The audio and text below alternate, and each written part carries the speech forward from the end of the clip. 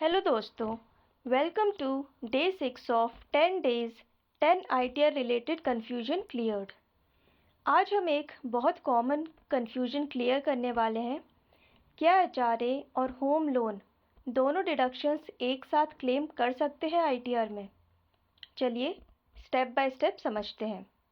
सबसे पहला केस, अगर आप अपने खुद के घर में रह रहे हो जिसमें लोन चल रहा है, यहाँ आपको होम लोन का डिडक्शन मिलेगा इंटरेस्ट और प्रिंसिपल का, लेकिन HRA क्लेम नहीं कर सकते क्योंकि आप रेंट पे ही नहीं कर रहे हो।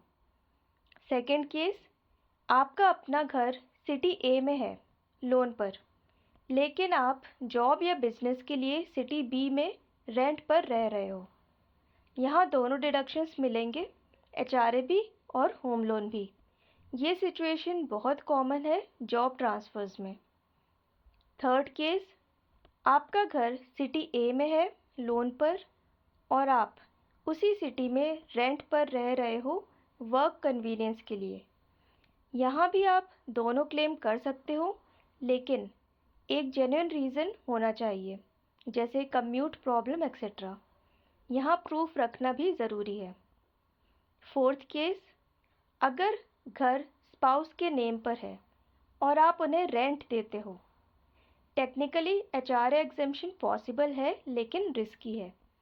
आपको जेन्युइन रेंट एग्रीमेंट और बैंक पेमेंट प्रूफ दिखाना पड़ेगा। इनकम टैक्स स्क्रूटनी में सवाल उठ सकता है। होम लोन डिडक्शन यहाँ पर नहीं मिलेगा।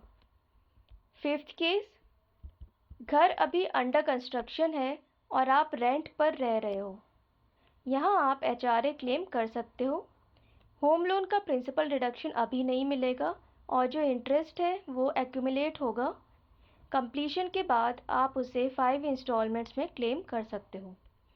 तो दोस्तों, HRA तभी मिलेगा जब एक्चुअल रेंट पे कर रहे हो।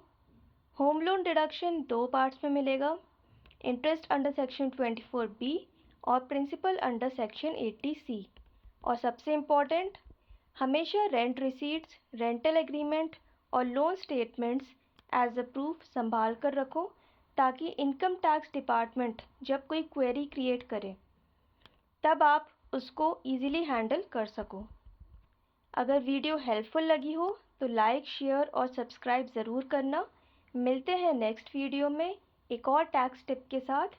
Thanks for watching.